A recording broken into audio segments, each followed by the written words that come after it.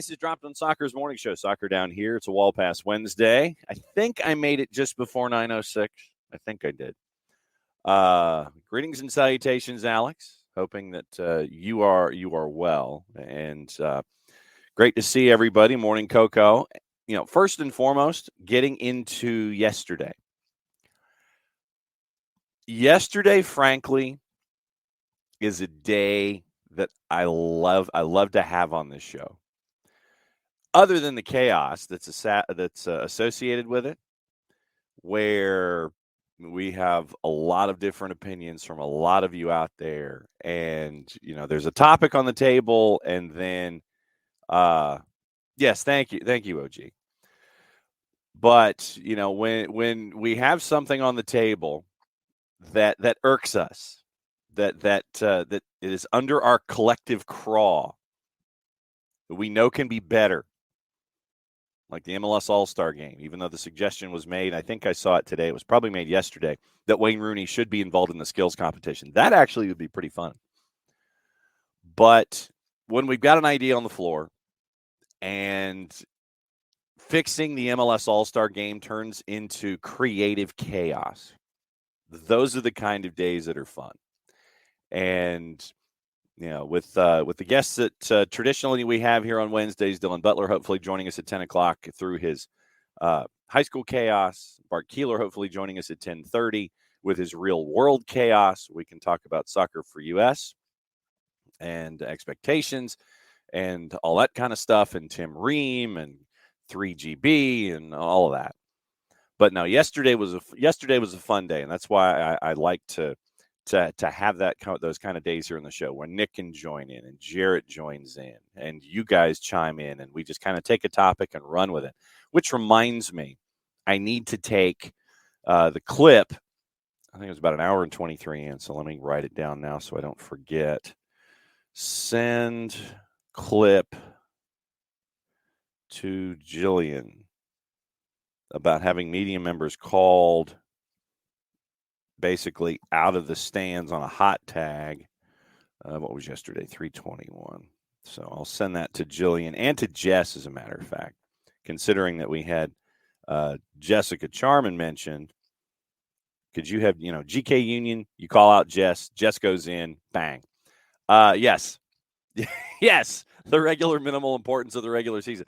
Tafka came in and fixed the schedule, and post it in the Discord, or if there's like short links to a document, like a file or something. That's what the kids call them anyway, computer files, I guess.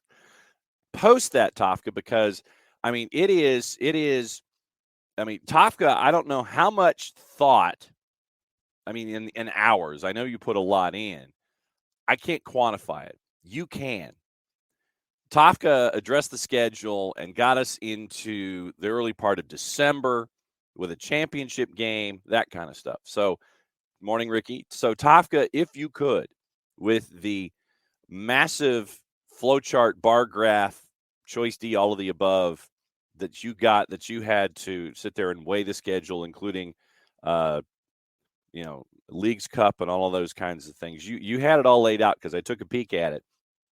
And so number of teams, variants, all these kinds of things. Like I said, Tafka, I don't know how much time you spent. All you got is pictures. Never done Discord. Need a primer. So then do this. Go on our Twitter. Go on the Twitter, because that I know has commonality to it. Post what you sent to me about fixing the regular season schedule. Not too much time, no doubt. You put in a boatload of effort. And like I said, I can't quantify it. I know you can. But post your thoughts like publicly on the Twitter account. Do that. Because if we can attack the All-Star game and Tafka can look at the regular season, there's nothing we can't solve here on this show to make Major League Soccer and reinforce by 2026. So we've got a 3-year runway by the World Cup and after. And we can look at, we'll fix the NWSL too. All of that stuff that we got to do yesterday. Morning, Sean. All of that stuff that we got to fix, we can fix. I'm confident in that regard. It's the beauty of this show is that we can all sit there and we can hammer something out and we can make the game better.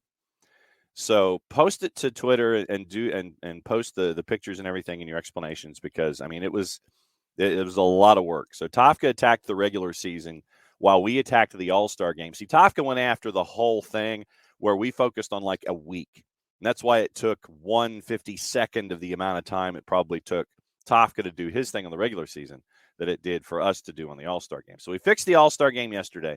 Tafka addressed the regular season.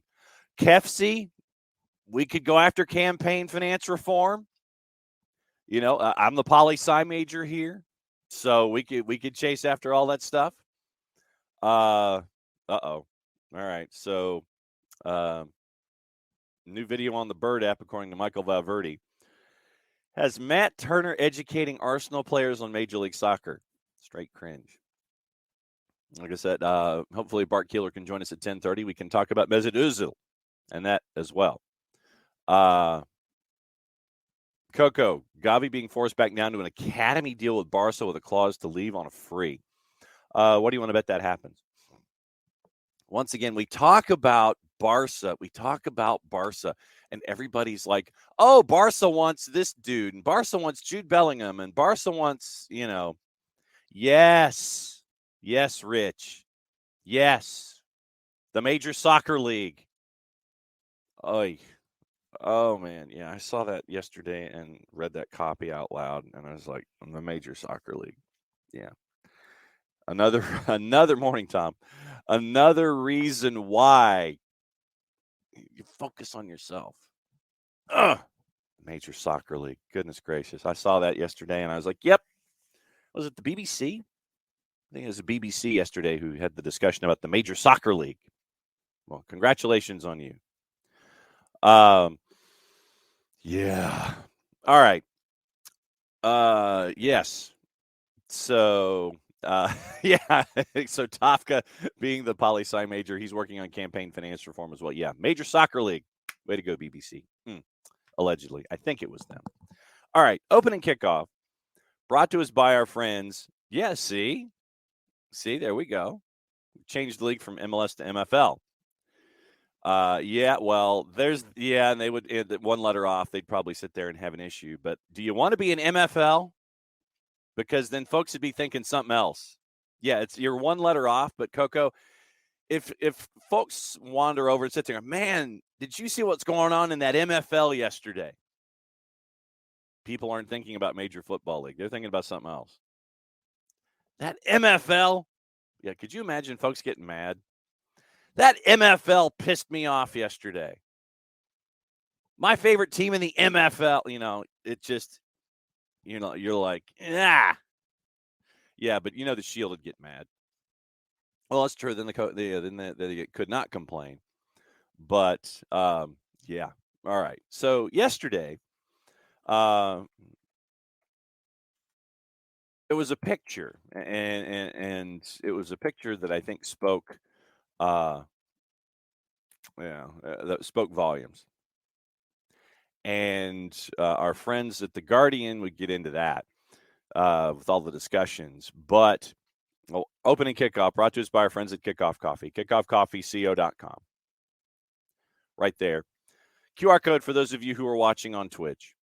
And use the code soccer down here 15. You get 15% off your purchase. They, in turn, take 10% and reinvest it into the youth game. Very, very cool stuff from our friends at Kickoff Coffee and kickoffcoffeeco.com. There was a picture yesterday floating around, and it was about a coach that we've been talking about a lot recently. And dude wanted out. At least it looks that way. And I want to, since I have never flown this particular airline, I'm going to need some, some explanation here. Of course, a lot of it was shown on the 3-letter and the 4-letter newspaper. So once again, take that information and use it at your own peril. But there was a picture of Antonio Conte flying coach on a Ryanair flight. Coach. And obviously the video went viral. But, yeah.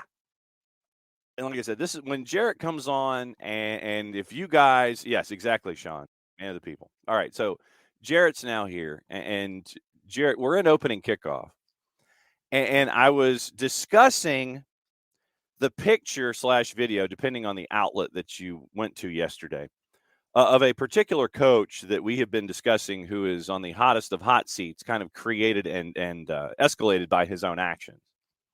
Seated in coach, flying, I guess, the hell out of England, and he was flying on Ryanair. So Antonio Conte was so desperate to get out of England that he was flying Ryanair, and the video's out there on the 3 and the 4 letter papers. And so I was trying to get an understanding for those who've never flown Ryanair, hand in the air, hand over heart. What in the wide world of sports is Ryanair? Michael Head says it's the Southwest Airlines of EU. Yeah, it's Southwest, but if Southwest was cheaper and easier to deal with in some sense, the same thing is with budget airlines here, in that the money you don't spend on your ticket, if you have multiple pieces of baggage, you are going to be raked over the coals when it comes to actually having to pay for things if you have bags. Okay. Ryanair is pretty cheap, though. I think the last time I took a Ryanair flight, I think we went from London to Denmark, and I think it was like 30, probably maybe 30 pounds. Okay. Maybe. Okay. Which so is like 40, incredibly cheap. yeah, $40. Yes. So, yeah, Ryanair is pretty cool in that respect. I'm always perplexed by this whole concept that we have where we make fun of a guy for that, because I don't know, man. For me, like, it's always been, hey, this guy, he's rich and he's flying Ryanair. I'm like, okay, cool. He's saving money. I don't blame him. I would be too if I was him. I don't know, like, hey, man, you know how the rich stay rich? Save money in other places. Yeah, how the rich don't stay rich is they can fly first class everywhere and rent planes on their own. He doesn't have his own private jet. Man No. wants to save money. He wants to get out of England. Cool, let him. He needs man probably walked up to the counter and went like, "Hey, what's the want to get away price? If we want to keep going with the Southwest analogy, you're probably looking at the getaway price." About trying to leave England and looking for a fare. What are the fares to leave England here? Trying to leave Britain. Yes. So okay, need a seat. So $40. Man just wants to get on an airplane and leave. He's doesn't necessarily need to go spend $3,000 in the process. Yes. Just go spend a little bit of money, hop on an airplane, and go be happy. Yes. Again, you want to know how people with money stay with money? They don't just blow it on random stuff like, I'm leaving England possibly for the last time, so I need a first class seat. No, you don't. No, it's like, I'm going home. I'm out. And so I'm flying whatever I can get my hands on. And yeah, the video of Conte on his laptop, and it is just like, you got, depending on the fan or depending on the coverage, hopefully it's not a return ticket, just like a one-way deal. Yeah. Those kinds of things. But no, I found it interesting that the man flew Ryanair out of town. He's like, I do not find it as interesting as other people do, I guess. Like, man's just trying to save money. First of all, second of all, like, there is a certain amount of like WTF, mate, for me, that comes with, we're taking like kind of like you ain't TMZ, but we're taking like candid shots of cats on airplanes just trying to live their lives. Yeah, and that speaks to a larger picture. It's like, hey, look at this, look what I got. Look what I found. I found so and so on a private plane or on a public plane. He's just sitting here and coach. Like, I don't know, man. Is he like, I don't know, reading a copy of Da Vinci Code or something? I don't know. Let him live his life. Yeah, and that speaks to a larger thing. It's like, and you look at the angle of the video, and it's like you can tell that the person who was shooting the video of Antonio Conte, like several seats over, you've got the phone up and you probably have it like down on your tray table, and you hit the button and it's kind of like angled up. Yeah. And you're looking at it, you're going, okay, wait, can we get him in the frame? Get him in the frame. Yeah, we got him here. There's the picture. Bang, there's the video. Yeah, just, let them. And that's the other larger picture in all of this. Leave the man alone. I mean, it's going to cure. I know that we have a thing where like, oh, well, I mean, if you're a certain level of public figure, especially in the sport, it just comes with the territory. I'm like, why does it have to? Yeah, it ain't working. No. Leave the man alone. He clearly wanted to be out. Yes. It wasn't working.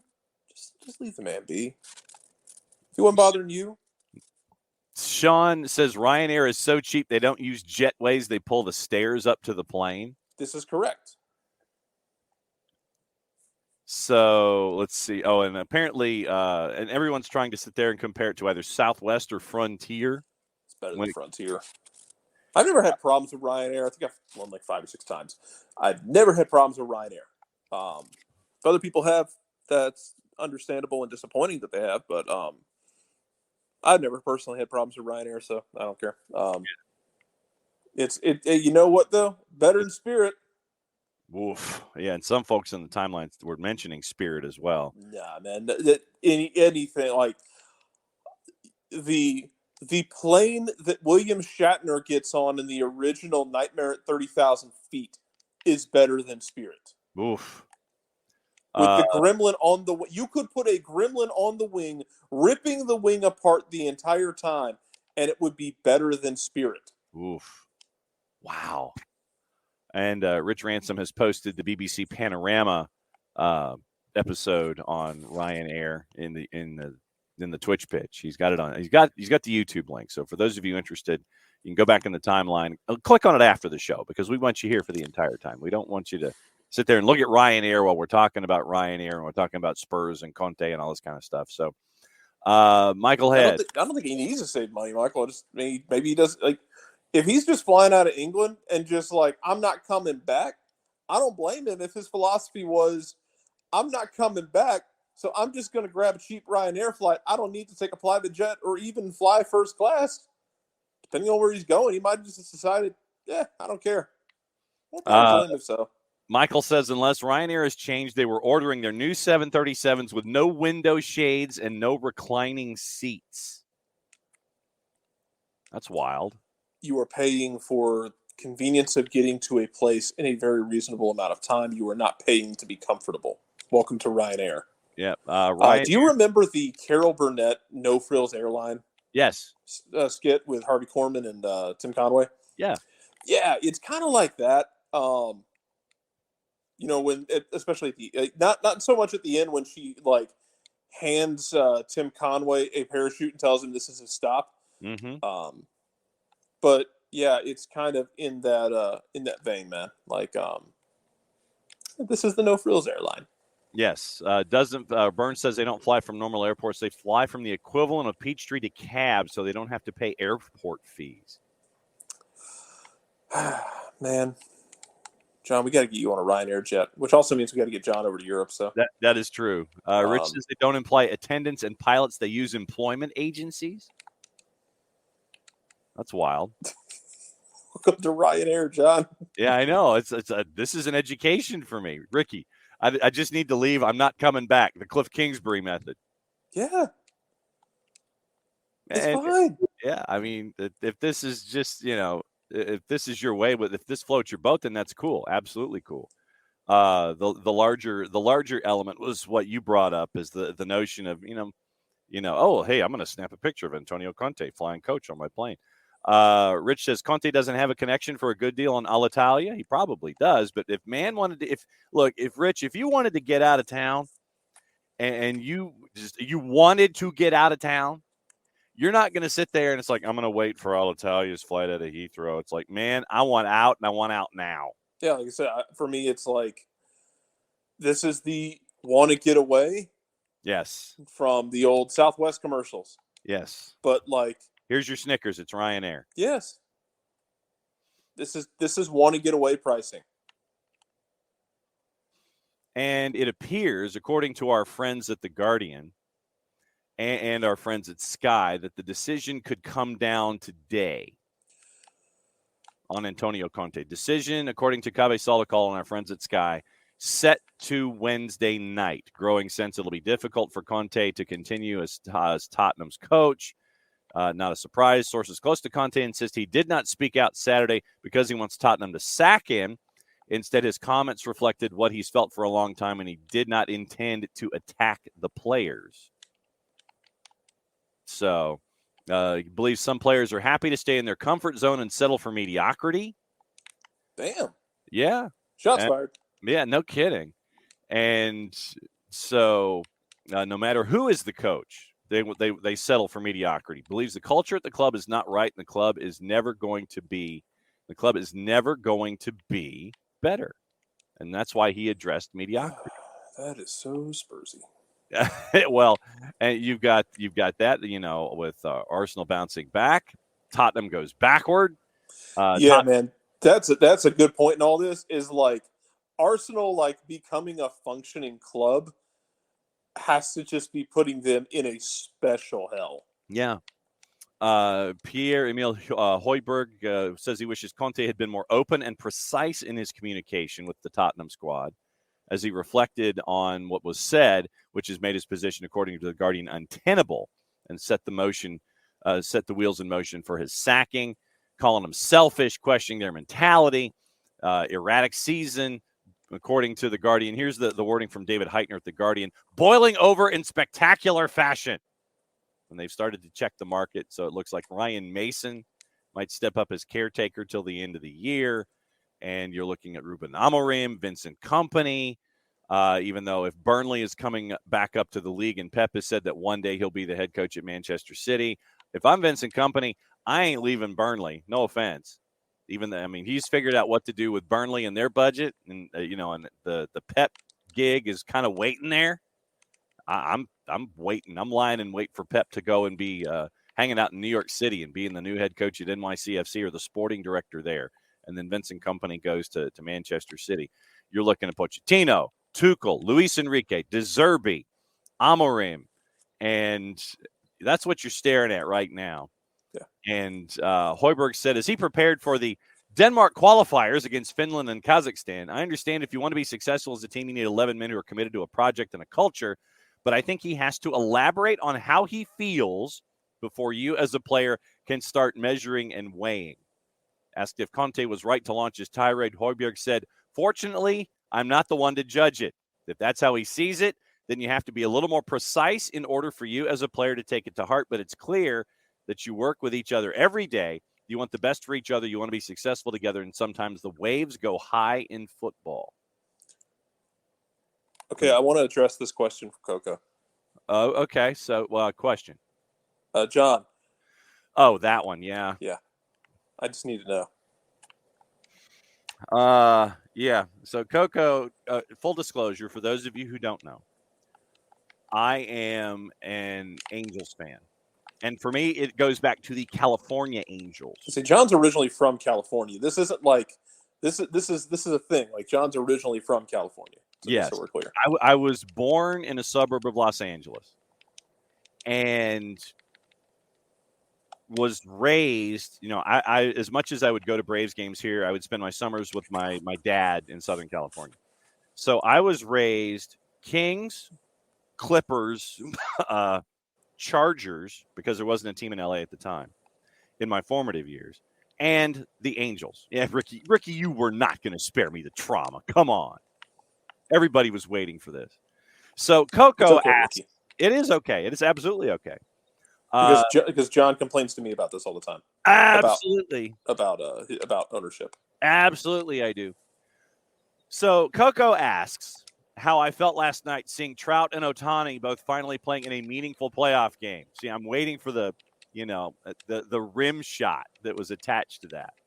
So, yeah, you're not wrong. Yeah, you're not wrong. And it's just you look at it and you go, oh, it's absolutely frustrating. Let me talk to you. So here's what I'm thinking. Other than it driving me the hell crazy to see a game like this, no, OG, I'm not a Dodgers fan. No. The only part of the Dodgers that I was a fan of is Vin Scully.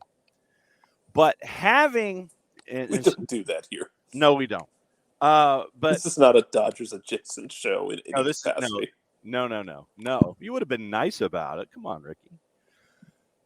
Ever since Mike Trout was basically left to his own devices and Artie Moreno buys the Angels, I'm thinking, okay, great. We're going to spend money. You sign Albert Pujols to a 10-year, $252 million deal. You knew that he was not going to get to the end of said deal. And here we go with MLB down here. She was going to have some kind of ambassadorial role or something if he wasn't going to be able to fill out the years of his contract as an on-the-field player. I get it. You needed to have that calling card so you could get folks in the building. So you sign Pujols from St. Louis. He's there as a part of the deal. You bring in Mike Trout. Generational talent. Yet you have no pitching. You're looking at guys like Jared Weaver, who, God bless him, when he broke down, he broke down. Yes, he did. And there was no backup plan. You had Troy Percival, and when Troy Percival broke down, you had no backup plan. So you'd have like a starter, maybe two, and a closer. You'd have the middle of your lineup, and then they'd get old, and then you bring in generational talents, and you have no support around that. Then you bring in Shohei Ohtani. Shohei Ohtani cannot both pitch and play outfield. He cannot do this simultaneously. He's the closest thing we've ever seen to the Bugs Bunny baseball cartoon, though. Yes, that is absolutely true. And when he had to have surgery on his throwing arm, you want to talk about Spursy and Clemsoning? This is angeling. This is what we're getting when you have something like this.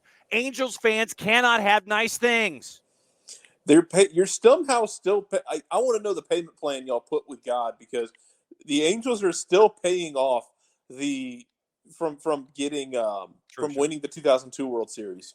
Yes, when Barry Bonds hit like 800 in the series and tried to single-handedly win the World Series for the Giants. I was there. I was there for that game when Troy Percival decided to challenge Barry Bonds with a fastball. The strike. He threw, and literally Barry Bonds hit it through the rock quarry, not like over it, but through it. That's how hard the ball was hit. Again, one of the greatest things ever, because of Tim Salmon being like, "Wow, that's the farthest ball I've ever seen hit." Yes, which is accurate. Yeah, and so anyway. you had an aging Tim Salmon. So you had Tim Salmon that was there as well. I mean, that was for whatever we had to do to win that World Series against Barry Bonds, who never took performance-enhancing drugs of any kind and would never openly admit to it. Since that moment, we have been paying for it over and over and over again. It made, and Sean, basically, it's a Spurs fan of Major League Baseball. You can't, we can't have nice things with Shohei Ohtani. We can't. Literally, nope. He comes to the Angels, and then immediately, knowing that he's a tremendous talent at the plate, in the outfield, and as a pitcher, guess what happens? He injures his throwing arm. And so ever since then, it's been like, I'm to the point with the Angels where, Artie Moreno in the offseason says, I'm going to sell. And then he changes his mind. That was cruel. That was. It was absolutely cruel. Why do you do this to us? And then he had his first public press conference since 1698. And he and Junipero Serra had a press conference, and that was the last time that Arnie Moreno had one since the one he had this past week. And I haven't even had the guts to go look at the quotes. I really haven't. Someone asked him how it's going with Anthony Rendon. Yeah, great, fine, fantastic, and yes, and burned. I know nothing about the Angels other than Andrelton Simmons went there, which stunk because I could never watch him play anymore. You just have to be up like past 10:30 at night. Yeah, Andrelton Simmons, the king of art, one of the greatest gloves I've ever seen at shortstop, but who could not hit his way out of a paper bag. Not even in the American League. And the only reason he even got that point is actually a bunch of teams actually wanted to draft him as a pitcher. Mm-hmm. And the Braves said, we'll give you a shot to play the field. And he worked in the minors because minor league the gap between major league and minor league pitching is intense enough that he was able to absolutely rake in the minors because he really had good bat-to-ball skills. But once he got to the majors, it just all kind of fell apart. Yes. And so, yes, once again, welcome to Wall Pass Wednesday. And I'm to the point now. If you have a problem with all, by the way, just so we're clear, everybody, this is Coco's fault for asking John to talk about the Angels. Yes, absolutely. I'm to the point now, kind of like where I was with the Atlanta Thrashers.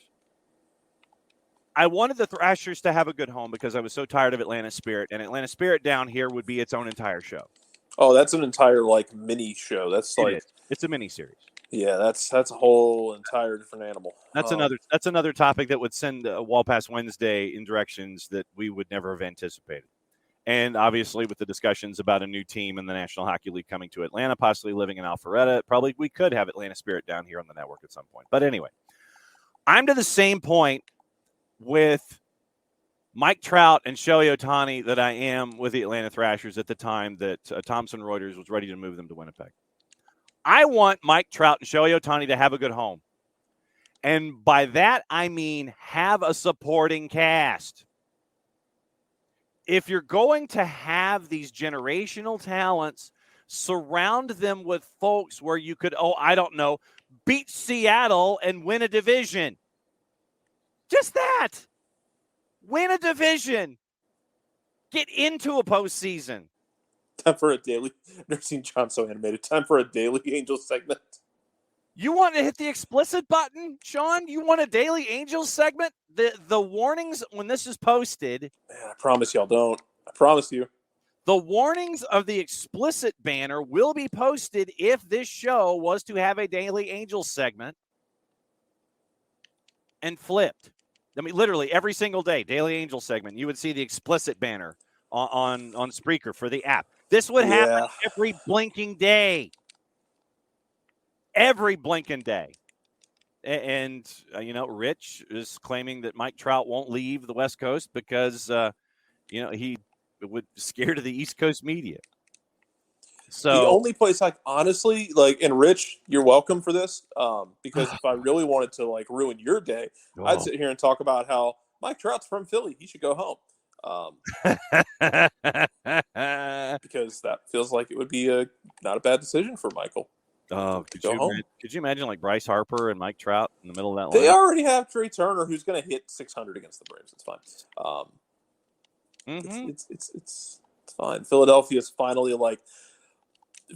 finally, in the midst of all of this insane spending, have done it to a degree to which it might actually work now. Mm-hmm. New York Mets going to spend $500 million and are going to end up finishing in probably third.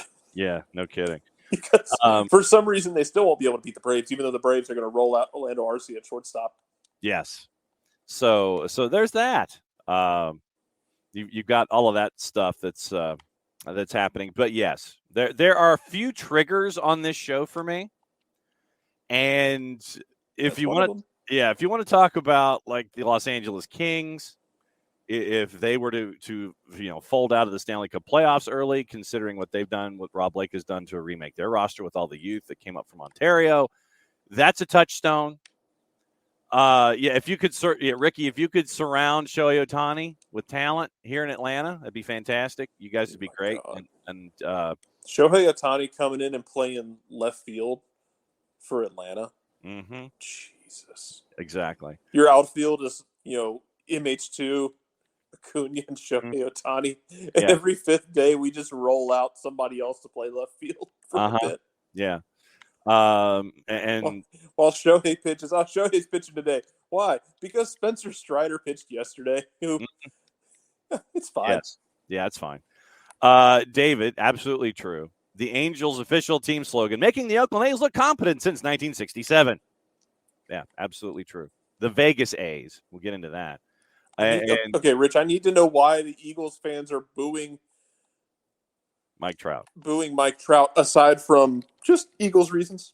Yes, just Eagles because reasons. he is pretty damn good, and he is like, I know he's going to stay in LA, but I mean he is an Eagles player or Eagle.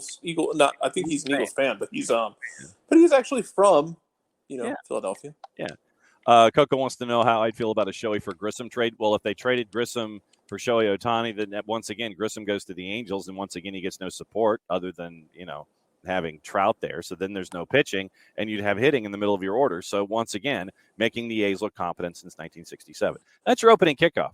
Brought to us by 42 minutes later. Yeah, brought to us by our friends at, it's a wall pass Wednesday. Brought to us by our friends at Kickoff Coffee, kickoffcoffeeco.com. Once again, use the code soccer down here 15 for everything Kickoff Coffee. Get 15% off your purchase, and they in turn take 10% reinvested into the youth game for everything that they have coming across their bow. Very, very cool stuff from our friends at Kickoff Coffee, kickoffcoffeeco.com. And once again, that's your QR code for those of you watching on Twitch. Dylan Butler is scheduled to join us for his normal Wednesday visit at 10 o'clock. Bart Keeler is scheduled to join us for his normal Wednesday visit at 10:30. We will be talking Mesut Ozil's retirement. We will be talking about Alexander Mitrovic. You mean Mesut Ozil's not going to go play for DC? Apparently not. My God. You know what? Mesut Ozil is scheduled to go play for DC right after Andres Guardado is scheduled to sign for Atlanta United. So, yeah. Still waiting on that one, Sutcliffe. Yes. We have the deadline once again for Manchester United, bid number 2, and the bids of more than £5 billion expected by a deadline of close of business East Coast time today. So 9 o'clock tonight, local time, 5 o'clock in New York. Bids of more than £5 billion expected, at least 5 bids, and there could be more with the Rain Group involved, and they're marketing the sale. So you could have as many as a half a dozen bids for Manchester United by 9 o'clock tonight. Not all of them are to buy the club outright. Half expected to be from those interested in a minority stake, those willing to provide financial options. Sheikh Jassim bin Hamas Al Thani and Sir Jim Ratcliffe, once again, they're the leading contenders. No favorite at present, although there have been reports, and we'll get into those in just a sec, about the Qataris being the favorites. And we'll get into that as to the why. Highest first-round bids value the club at around $4.5 billion, well short of the Glazers family's $6 billion asking price. Elliott Management, Aries, MSD Partners, which is Michael Dell, Oak Tree Capital also set to be interested. No guarantee the Glazers family will sell. They may decide to sell a minority stake, which would bump the Qataris out because the Qataris want the whole thing. They want 100%. They're not going to mess around with a portion of something. They're going to want the whole thing.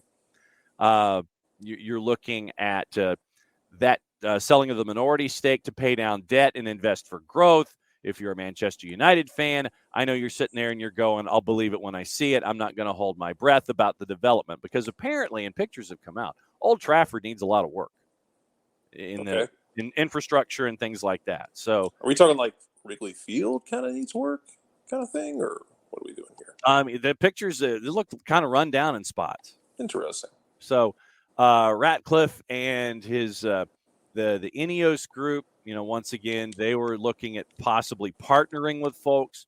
One bidder could be given exclusivity, although it's probably likely that you'll end up at round 3 with a smaller group of preferred from the 6 that are there. Ratcliffe says he's not going to pay a stupid price, not 2 O's, but STUPID. But the interest would be purely in winning things, calling the club a community asset. And there was talk that because Sir Jim Ratcliffe showed up personally for round one to take the tour of Old Trafford and Collingwood training grounds, that put his group up front, where the Sheikh sent a lot of his advisors who have ties in the past to Bank of America. He sent advisors. He did not go himself. Ratcliffe went himself.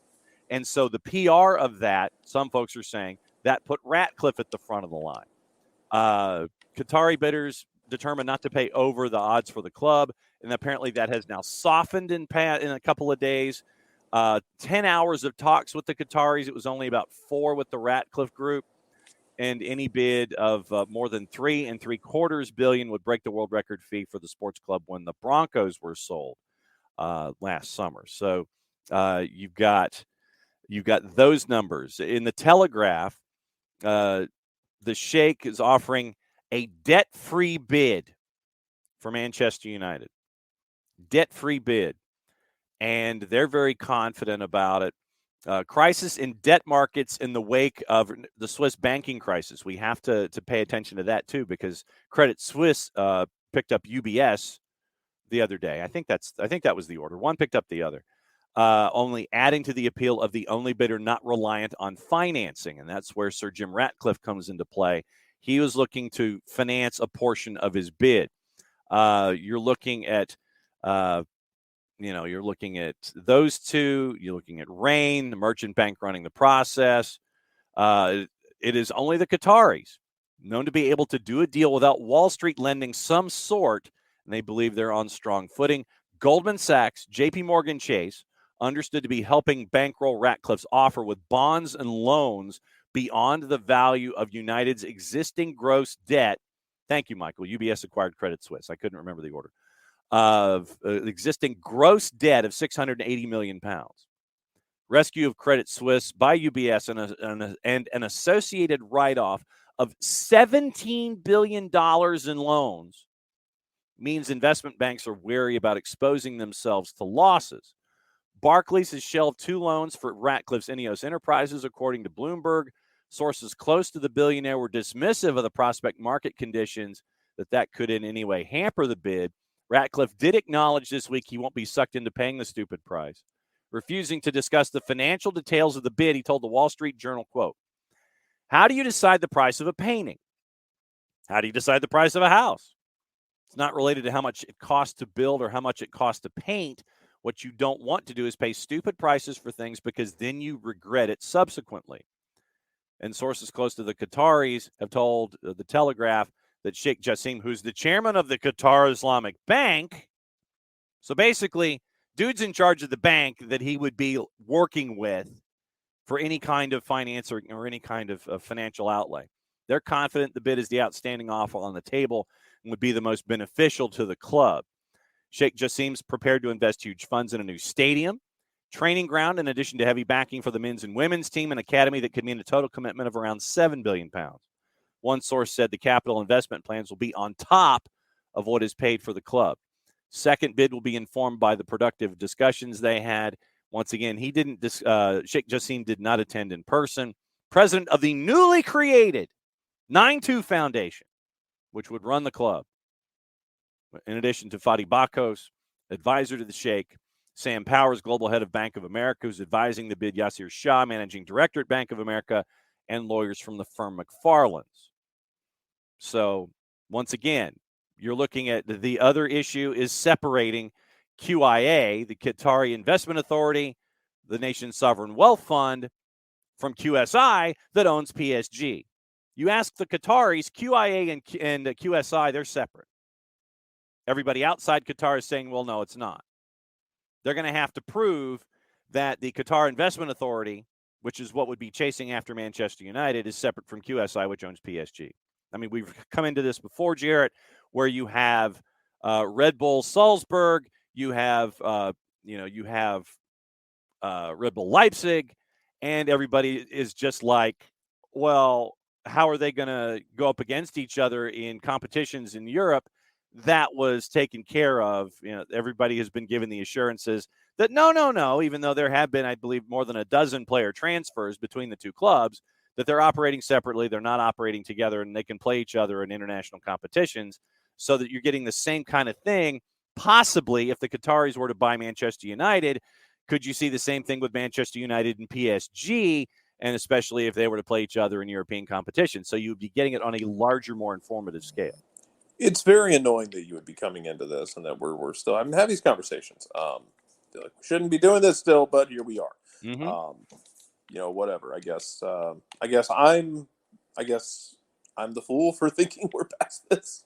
I don't know, man. Like, it's very it's very annoying that we're still we're this far along the track, Mm-hmm. and we're still doing this, not just with them but with other clubs, and that we're just like gonna pretend like it's all good. Like, yeah, these clubs are all gonna be they're gonna be tied together, but it's not gonna create problems for anybody. No big deal. No.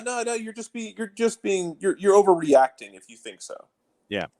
And according to Alex Bassine, Credit Suisse paid out the stockholders and zeroed out the bondholders after UBS acquired Credit Suisse. So Credit Suisse zeroed out the bondholders with the transaction. So there's all of that too, and nothing like being Financial News Network down here when we're having to break all this stuff down. Shouldn't have to be though, man. I know, but when you're talking about toys this big, you're going to be having these discussions. It's not like, the average dude who can sit there and say, okay, you open up your wallet and you go, okay, I got my ATM card. I can take care of something. I mean, this is big boy toys and big boy investments. And you've got banks who are now freaking out about the kind of investment. And so there are very limited folks these days that can sit there and drop the kind of dime to buy these kinds of assets. And Sir Jim Ratcliffe, there he is again. Yes, the Turkish man, Tom. Sir Jim Ratcliffe believes that it's a community asset. The Qataris believe at the same time that they can invest up to $7 billion and look at Old Trafford, look at the women's team, look at the men's team, do renovations and all these kind of capital improvements in addition to having this asset. And that's what it is. It's an asset. And while Sir Jim Ratcliffe believes it is a community asset, QIA thinks it is an asset to their portfolio. And we've seen it with Newcastle. And Newcastle is trying to figure out, and this is the other part of all of this, the multi-club model. With what we've seen from the Saudi PIF and what Amanda Stavely and Newcastle want to do, they're trying to race to try to figure out a multi-club model before it gets outlawed or poo-pooed or whatever, level it's going to get knocked down to where you can't have a club like City Football Group with investments in at least a dozen different clubs all around the world. They're trying to figure out how they can beat this and get under the wire. And Coco was like, multi-club models are fine, just not on the same continent. as Coco stares at Red Bull. And that's what you're looking at here. You're countries that literally can reach out and touch each other, like an old AT&T commercial. Yeah, that's fine. At what point though, like, everyone's trying to get under the wire. Yeah. My favorite scenario for this, albeit the most unlikely scenario for this, would be for them to say, hey, not only are we outlawing this multi-club model, but if you have a multi-club setup, you have until this amount of time to break it up. Yeah. I would be endlessly amused if they just decided, not only do we not allow multi-club models now, we want to make sure that if you have one, it's not going to impact competition. So if you're on the same continent, you're going to need to break that up. Go ahead. Welcome to defending if it's Leipzig or Salzburg. Make your choice, Red Bull. And then you can use that money to just make your racing team even more hilariously good. See, as a Lewis Hamilton guy, I stare at Sergio Perez and Verstappen and go, I don't like Red Bull Racing. I'm not a Red Bull Racing guy. Actually, I'm a Haas guy. And they got a point. They finished 10th in the last race. Kevin Magnussen finished 10th, and so Haas got a point. Well, and this is the question from Coco. I'm amused by. I can tell you that I'm trying to get into it more. I'm endlessly amused by Ferrari because one of my good friends is a fan of Ferrari. But I'm also amused by Ferrari because they just seem absolutely redacted insane. Yes. And I know they fired like their head of strategy this offseason. Yeah. Which meant one of two things. Either the strategy was going to get better or it was going to get a lot worse. And frankly, that sounds more fun. Mm-hmm. Coco asking if it would be UEFA that calls to break up multi-clubs or FIFA. It'd probably have to be FIFA, considering that it's, if you look at CFG, where their reach is, and it's Australia and it's South America and all these different continents, UEFA, it probably would have to be a joint effort. UEFA dealing with things closer to the European continent, and FIFA making the overarching idea of, okay, here's what's got to happen. And guys, come on, you should do this. But then you'll probably have relationships, and I just used air quotes. If Salzburg and Leipzig were no longer a part of the Red Bull umbrella, or one was not, then but you'd have a grandfather clause. You'd have to have a couple of seasons before everything was purged, and then you'd have to figure out there will be workarounds. And billable hours. Yes, exactly. Michael, as we've learned, do not expect FIFA to do the right thing. Burned. Red Bull should never have been allowed to effectively own Salzburg and Leipzig. It was a major mistake by UEFA. I agree completely with Burned. Yeah. They should never have been allowed to in the first place. And instead, now you opened up this whole you opened up this whole Pandora's box which to that point, though, like, at what point have we ever known FIFA or UEFA to make the smart decision, not just in terms of ethics, but in terms of, like, this won't come back and bite us and be annoying? They don't do that. No. They never do that. No. Dumber than a sack of hammers. Yes, exactly. Never equate somebody's wealth with intelligence. They're not always tied together. No. Before you turn into a real person for a little bit of the 10 o'clock hour, Michael Valverde brought into the Twitch pitch this morning all the stuff with Lionel Messi and everything going on back home, where the drug lords are basically like, yeah, we're waiting for you. Did you see this? No. Let me see if I can find it quickly. Everybody's thinking, okay, Lionel Messi's going to go home, to go and play, and I'm trying to find.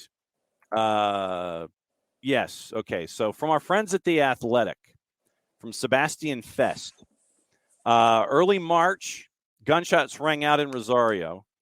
And what made the incident different was the target, an Unico supermarket in west of the city, one of a chain owned by Jose Rocuso, the father-in-law of Lionel Messi.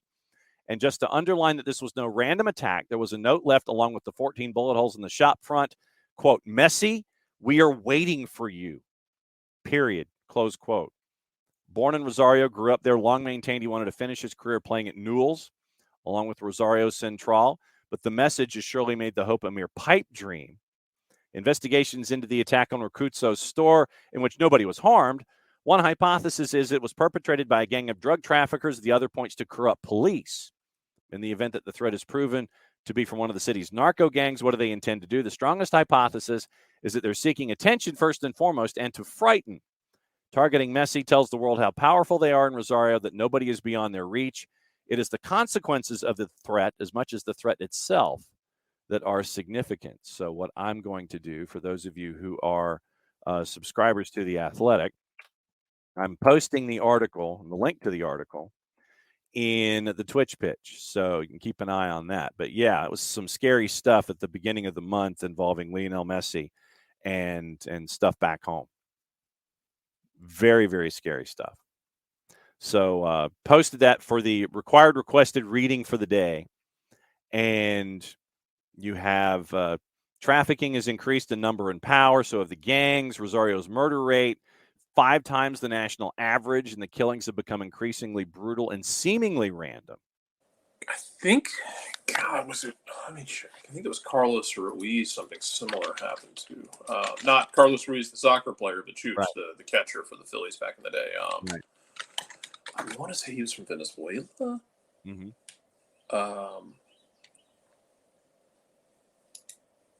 Where's he from originally? He's from Panama originally, but I believe it was him. Mm-hmm. Or one of the other one of these other players that went home in the offseason and was actually kidnapped at one point. Wow. And held for ransom. They were returned. I don't think it was Ruiz. I think it was somebody else. But yeah, man, like get some of these places that are pretty damn sketchy, and yeah, it's not great. No. Which sucks because I know you have like when Barco left Independiente, I believe he gave up some of the money that was going to him in the transfer to try and improve the community, build fields, that sort of thing. I think Marcelo Moreno's done some work in his community. We know about Thiago Almada now with the shirt. Yep, he wears. Yeah, under every game shirt, and these guys care about their homes. They care about their communities. Tito Villalba is from one of the most F around and find out neighborhoods. Yeah. In Argentina, to the point if Tito squared up with me, I'm walking away. Yeah. Because if he got out of there alive, he is not to be screwed with. But yeah, some of these guys are from some really rough areas that they want to bring up and they want to make it better, and it can get a little dicey, and that sucks because I completely understand them wanting to make their home a better place for others. Yeah. So people don't have to struggle like they do. But it's not that cut and dry. It can be dangerous. Yep, no doubt about it. Time for you to turn into a real person, yeah? Yeah. All right, so we're going to do a hot tag. So Jarrett Smith tags out. This guy tags in to start hour number 2.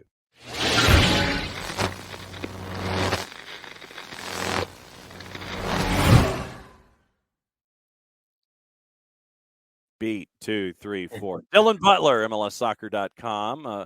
First and foremost, sir, the two questions we always like to start with. What's the mug? What's the mug today? Is it Arsenal celebrating Mesut Ozil? No. It is the blessed mug. Blessed, yeah. Blessed mug. And how was the high school experience? Good. Actually, I got to check a pretty cool box off on this past Saturday. I did Penn State Marquette men's lacrosse. There you go. They played at one of our local high schools, at MacArthur High School in Levittown. So at the time, Penn State was ranked number 5 in the country. So it was cool, and I know probably a lot of folks don't care about this. I know you do, but it was super cool to have so much support for the broadcast, coming from SIDs and the coaches were great, and you had stats and headshots and minor things what people might think are minor things right at the ready, instead of hey coach, can you go and take headshots after practice today, and do you have your stats from last year, or so super cool experience. We had a 3-man booth. Rob Pennell, for people who know lacrosse, one of the greatest lacrosse players of all time, was on the call. He's a Long Island guy, so he's with me for a few different broadcasts during the lacrosse season. So overall, a really cool experience. Got a lot of good reviews. So happy to have done that for sure. Very, very cool. Is it archived anywhere? So if folks want to, for Lacrosse and for sure. It's on the Varsity Media YouTube channel, so you could just click onto that, and additional broadcasts are there as well. We have a big one tomorrow. I've actually got lacrosse broadcasts Thursday, Friday, Saturday. So, but I do have all my calls done for those. Okay. One of my 6 charts, but actually one of my 5, because one is the same team I'm seeing, so that's good. but yeah, all those games we have Chaminade St. Anthony's tomorrow. Rob and I are on the call for that. 2 of the top, I think, 10 teams in the country. So nice. So yeah, Varsity Media on YouTube to catch up with Dylan when he's not hanging out here and getting asked questions about the sport of soccer. Correct. Obviously, we're heading into the international window, and folks are going to be missing matches this week. Let's go back to last week. And what I like to do is, with a lot of our guests, I'll play red light, yellow light, green light. So red light meaning, someone's in. What happens if you speed through the yellow light? Okay, well, then it's kind of orange. And so if you get somebody with an orange light, then that's perfectly fine, too, as long as there aren't any cops hanging out at the intersection thinking that you went through the window. Bad habit. I have to break that. Right there with you, because I don't want my brakes to go bad. I don't want to have to test my brake, have them prematurely grind to it being swapped out. So I'm right there with you. Red light meaning folks are in danger. Mm-hmm. Yellow light meaning there's kind of caution involving a particular franchise. Folks got some warning lights going on. Green light means everything's cool and full steam ahead. You go through the intersection and everything's fantastic. So if I was to sit here and go red light, who is in serious trouble right now after the first handful of match windows here in Major League Soccer? We've hit 10% of the window. So after 10% of the season, who is in your red light category? I think right now it's got to be Colorado. With, I think, how much can you gather from 4 results? Like an SKC's played 3 games on the road, and they've been a bit unfortunate. They should get some players back. But Colorado just lost their best player. And they're notorious for not really spending. And you don't know how much these guys that you just got in the last window are going to, do they fill the void left by Price? I don't think so. I don't know. I'm doubtful of that. So, for me, that's they're in that red light right now, I think, because they've not gotten results and they've lost their best player for their season. So it's compounded for Colorado for sure. All right, so then yellow light, 12% done. Thank you, Michael. When it comes to yellow light, who's in your caution zone right now? And you can have somebody blowing through the intersection, heading toward, trying to avoid the red light. But who right now is in your caution right now? Anybody you sit there and you're like, things are trending in that direction that not necessarily good for them. While you've got Colorado, yeah, they're in trouble. Is there anybody trending that way, like an Austin maybe? Yeah, I was gonna say Austin for sure. Toronto just got a good result, but I don't think they're out of the, they're not green light yet. So they're a concern. I don't think Montreal is yellow, even though they picked up a pretty wacky win against Philly. Yeah, I think Austin. I think Austin's a great shout for that. And I'm going to say, you know what? I'm going to say new to the yellow light is Miami. Okay. Because of their injury as well, and they, since they've lost 2 in a row now, right? Since starting off red hot. So, right, New York City and Toronto, right? Yep. So, yeah, I would say they're in that mix as well. Green light. Who's like blowing through all of the intersections and not having to worry about anything timed at 33 miles an hour? Who right now has just got all the green lights heading down the Roosevelt? Now, is there a step ahead of this, or is this like the V1? Well, you can divide it up however you want. For sure. Full. If it's green light, let's go. Everybody, it's humming. Obviously, it's St. Louis. It's LAFC. I still think Seattle's pretty green light. I'd even put Philly in that mix. I'm not so concerned about that crazy poop show situation that they've been in. The ish show that was there. By the way, I was on that press conference. I was on the Zoom call, and I was writing that piece for MLS Soccer, and then as soon as that quote came in, I'm like, gold. We're good. I think we have a story. Mm-hmm. Yeah, I think they're in that mix too. And I think I would also put, I don't know, almost in between color, like maybe speeding through the yellow, going to green.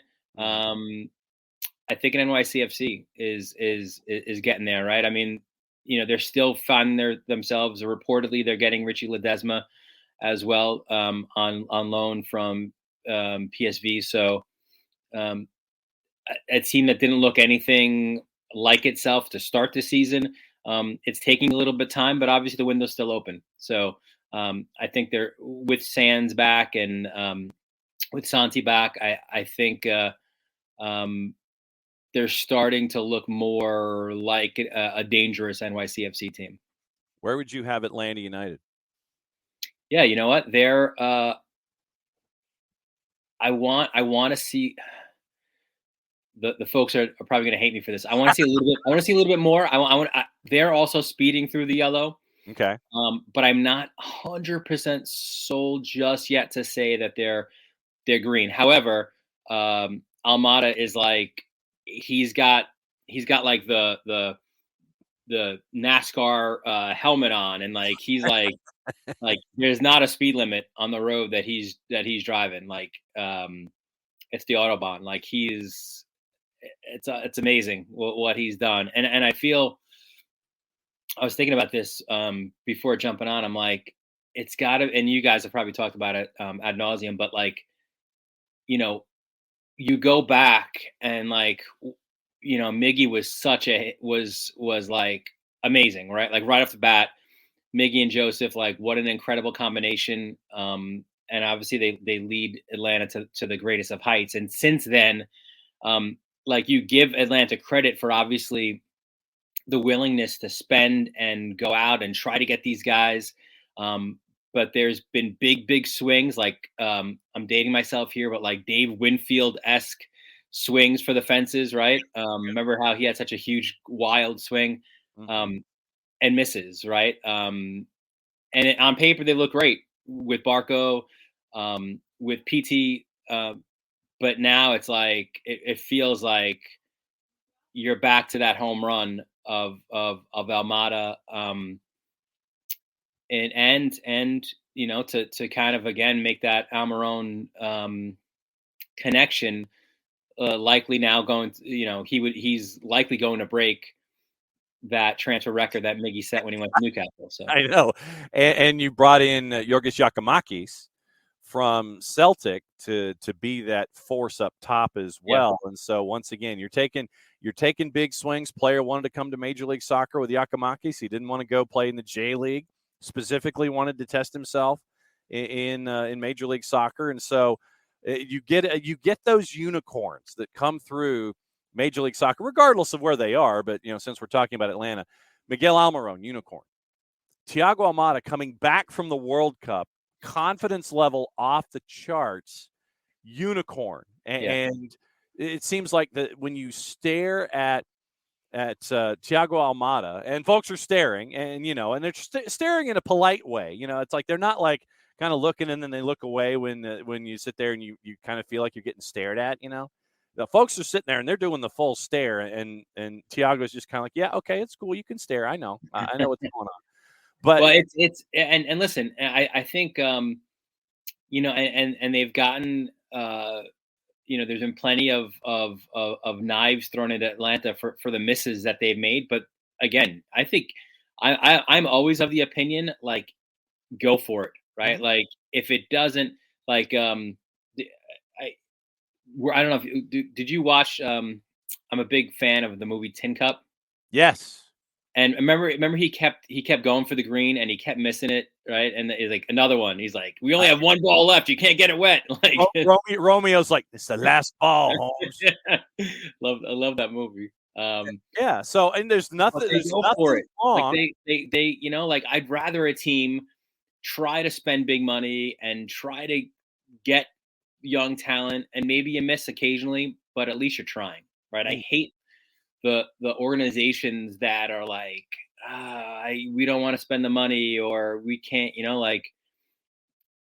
I'd rather the big money spend and miss than the cheapskates in the league, No doubt. So then let me ask you this.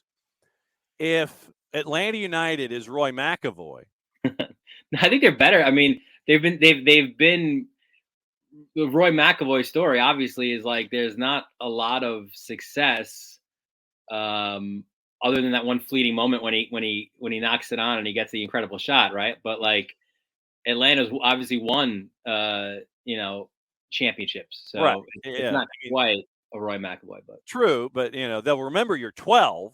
I mean, they'll remember that. So then, if we take this analogy down the road a little bit, let me ask you this.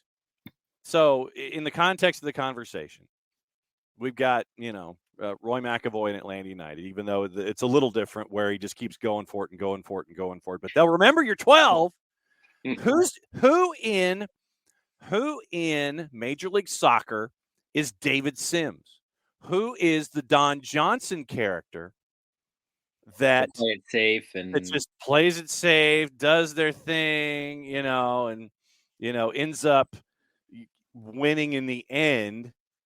It's like, yeah, okay, you did great, fantastic, good for you. Who's David Sims? Who's the one that will take the bet literally and hit the longest drive, and he'll hit it down the road, and it will win the bet because of the ground rules of the bet?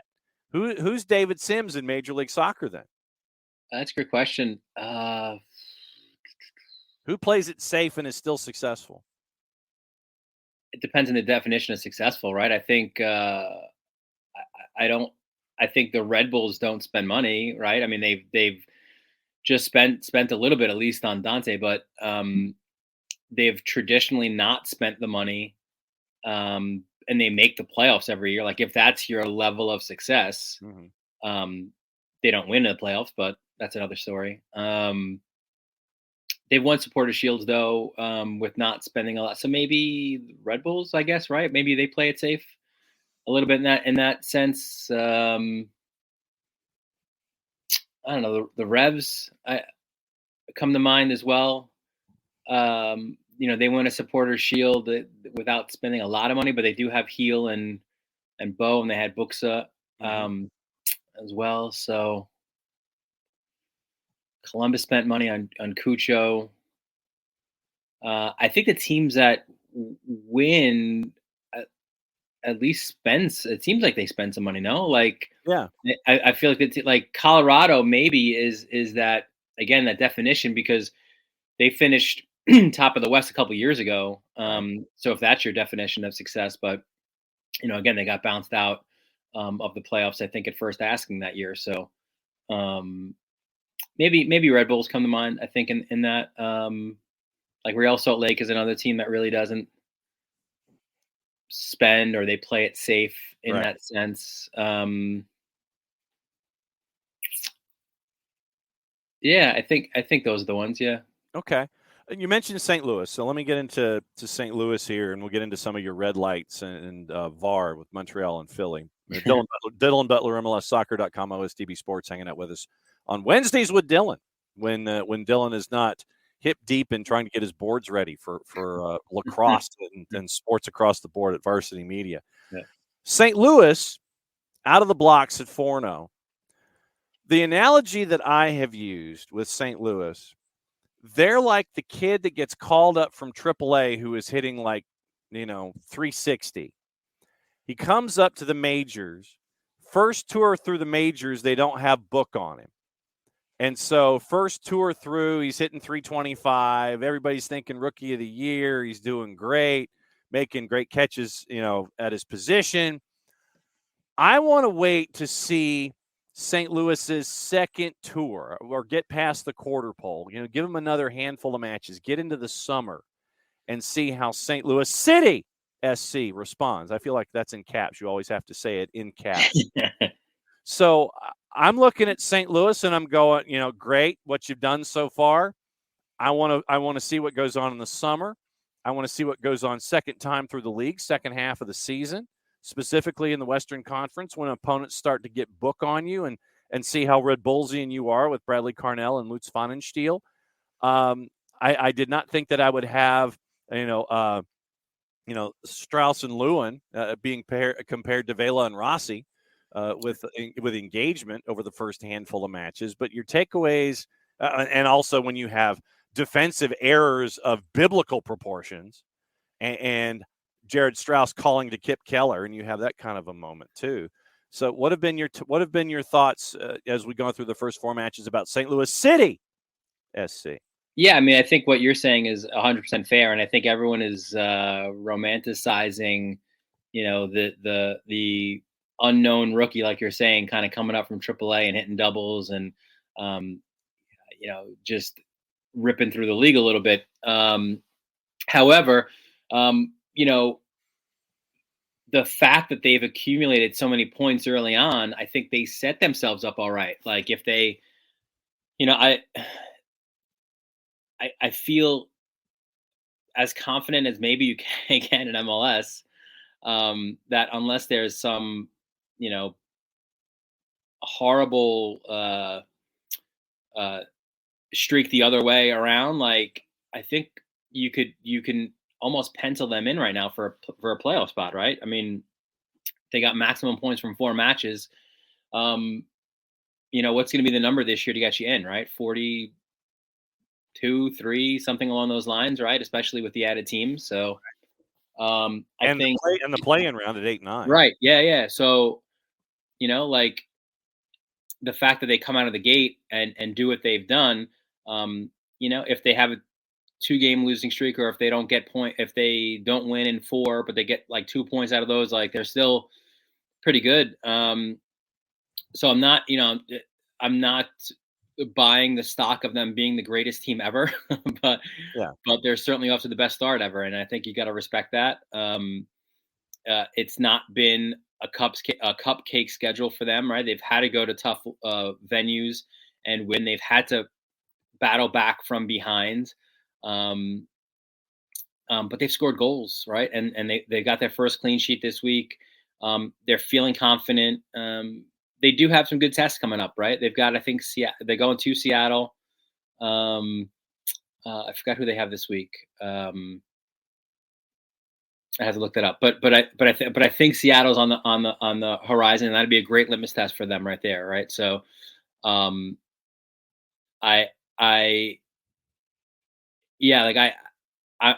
not as maybe cynical. I don't know. Is that the right word for you? I don't know. Are you cynical of them? I'm they go to Rio Tinto this week. Okay.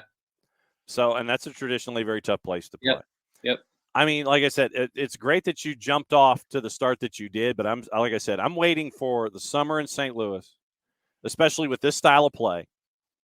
It is a very, Red Bulls at RBA is one thing, but this style of play in St. Louis, in that summer that traditionally you have in St. Louis, I worry about depth. I worry about players withering in that heat with that style of play. I don't know if it's sustainable, especially when you get into the summer months and you get into depth and things like that. And, and also those kinds of things for St. Louis are flags for me. And that's why, for me, I would sit there and it's like, you've had a great start, but I got all this stuff coming. I want to see how you respond to that. I'm looking at June and July specifically and seeing how St. Louis City responds to being on the road, to playing at home and all those things. Yeah, but I also think they, and they've poo-pooed a little bit the idea of that other DP, but they still have that at their disposal too, right? So, they can make a move in the summer and really ratchet things up as well.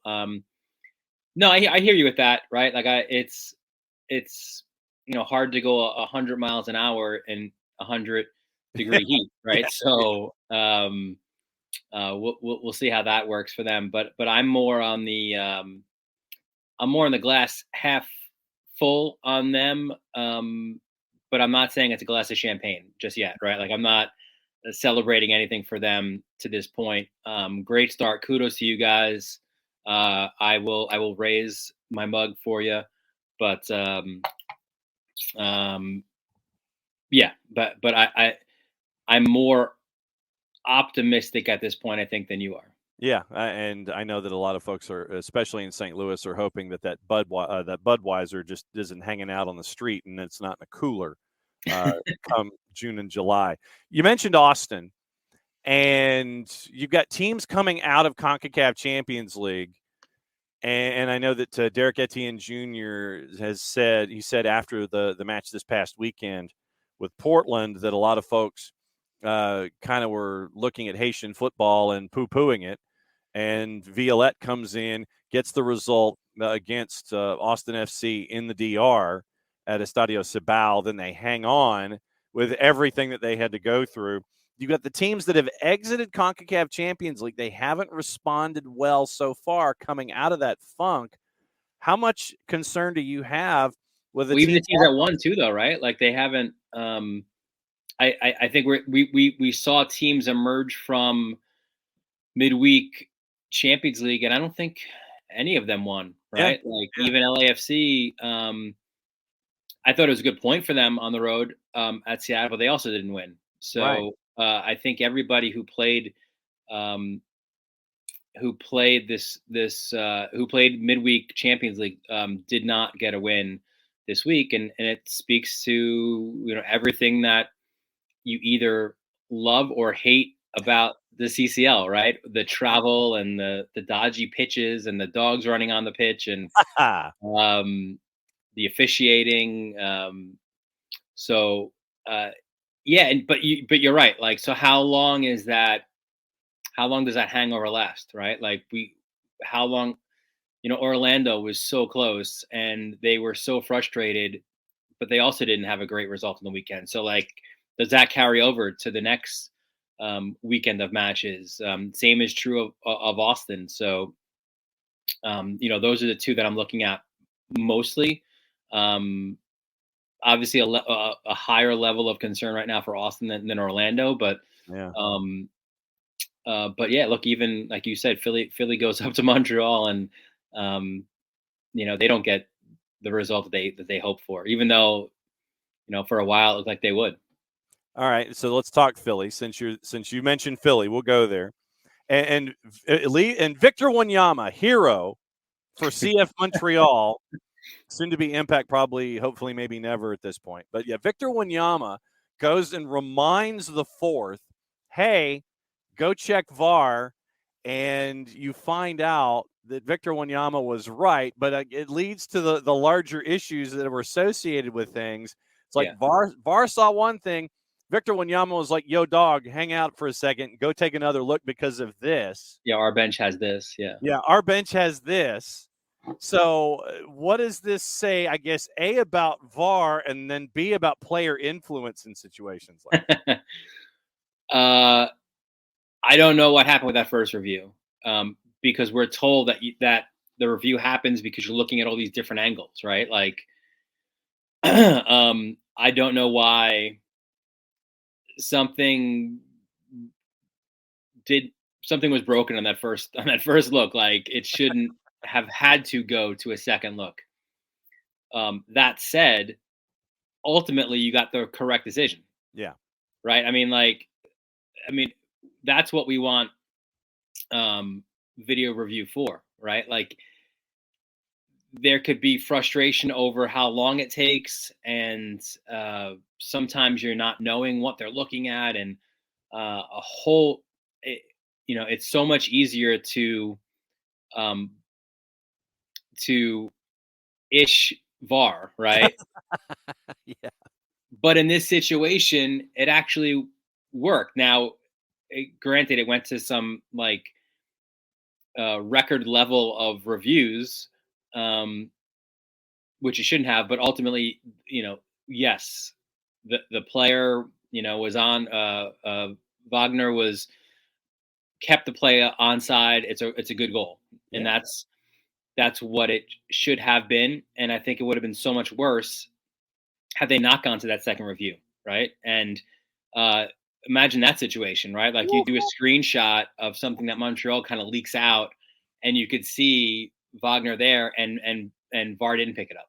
Oh, so So then I guess the question is, how much of an ish show is VAR/officiating since you listened to the press conference and you listened to Jim Curtin talk about the ish show and how it's bad for the league, even if you eventually get the call right. Is it bad for the league if you eventually get the call right, even though the manner that you got the call right was unorthodox as all hell and having a player influencing the fourth to go take a second look? Yeah, I mean, you never want to have two reviews. So in that sense, he's right. It's a bad look, but I think it's very much it's an isolated situation because we haven't had two reviews, right? Like this itself, yes, was a little bit of an issue, but also a reminder here that leveled the match. Mm-hmm. You still conceded the goal. Like there's still another goal to be scored, and your guy got beat at the 6 for a powerful header by Kyoto. So as much as you want to complain about the looks to the league, I mean, you were still coming away with a point at that point. So, yes, no doubt. Maybe be more concerned about maybe how that affected your team in a bad way to concede the last. Mm-hmm. That was more ish than I think the VAR was. Absolutely true. We've got U.S. Open Cup today and tomorrow. We've got Grenada. You got USA and Grenada on Friday. Matches this weekend. I'm kind of buzzing through them real quick. You have, and since we mentioned Champions League, Philadelphia hosting Orlando. The purple team goes on the road to Subaru with absences. Colorado goes to Austin to play at Q2. Houston hosting NYCFC. Kansas City, Seattle at Children's Mercy on Saturday night. Nashville and Cincinnati. Salt Lake and St. Louis. LAFC, Dallas. San Jose and Toronto. What's your viewing habits for the remainder of the week? Good question. I think with so many with the start times where they are, it's a not trying to be a cop-out answer, but I'm watching the whip around. I'm gonna sit there, which I think they've improved. They've gone more. We talked about it, right? Like about not going to calls and just getting the studio. I think they've done a better job of that. Yes. We saw a terrific goal by Sasha Kleshin as well. Did you see that, by the way? No, I did not. What happened? Yeah, he was explaining. He was demonstrating the Almada goal. Oh, okay. And where he was in the studio was closer to the camera, and there was a little like door on the side there for you to get through. And there was some concern over how he would hit it, but he hit it like perfectly. He got it right through the door. Very small window for him to go through. So credit to Sasha on that one. But that was fun too. But yeah, I think I'll do that because there's not one. Like, it's funny. Last week I was like Seattle LAFC, like that's the one for me. I know, but you know what? Goalless I draw. like the bite in it. Like there was, like it was played with, I felt like a playoff type intensity. Like you didn't want it to be 0-0, obviously. Yeah. But like, Aaron Long kind of taking a few extra shots at Fry, and then like a little bit of a dust up and handbags. Like it's good. It's good. Like you're looking forward now, I think, to that second matchup. Which will be a lot of fun at the new bank. No kidding. At additional bank. Yes. At the Bank of the West. Dylan, as always, my friend, enjoy your blessed mug, and thanks for hanging out with us once again. We'll catch up with you. Varsity Media is where you can catch him doing lacrosse over the next couple of days, and you've got your boards together. 3 matchups. Salud, my friend. We'll catch up with you next week. All right, bud. All right, Dylan Butler. He's enjoying his coffee. To the point, and it's gonna be really, really, really interesting. We've got the matchups for the week. We'll get into that. How many of you, as I still fight my neurogenic cough, by the way, that's what this is. How many of you are going to watch Open Cup tonight? How many? Show of hands. Here's your schedule, by the way. And there's some interesting matchups here.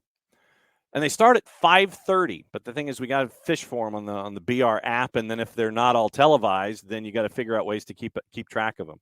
Are you going to watch Open Cup tonight? That's, I guess, the QOD. You going to watch Open Cup? What are you going to do? Starts at 5:30 with Il Farolito and Inter SF. App State's on at 7. FC Motown, fresh off of their win over Austin FC in CONCACAF Champions League. They're on at 7. Des Moines Menace is at 8. You've got Tulsa and Brazos Valley, interesting one. That's at 8 o'clock. UDA in New Mexico State. That's a college team. UDA in MSU. That's at 9 o'clock against Park City. And 2 other matchups. And then tomorrow, Lions Bridge is at it. Jacksonville Armada's at it with Miami United. Hartford City and Lansdowne boys. So that's the fun part. And so swapping out one for the other, Bart Keeler, ladies and gentlemen.